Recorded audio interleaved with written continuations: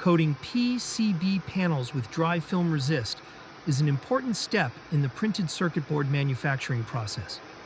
During this stage, the cut sheet laminator applies resist to both sides of the panel at the same time.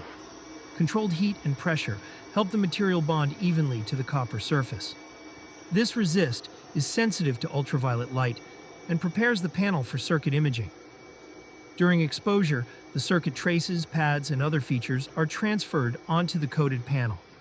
The exposed resist protects selected areas of copper during the next manufacturing steps. Depending on the process, the panel may then move to etching or plating, where the circuit pattern begins to take shape. Applying a smooth, consistent layer of resist helps improve imaging accuracy, maintain clean circuit features, and reduce the risk of manufacturing defects. While this is only one stage of PCB fabrication, it plays an important role in creating the precise circuitry required for the finished board.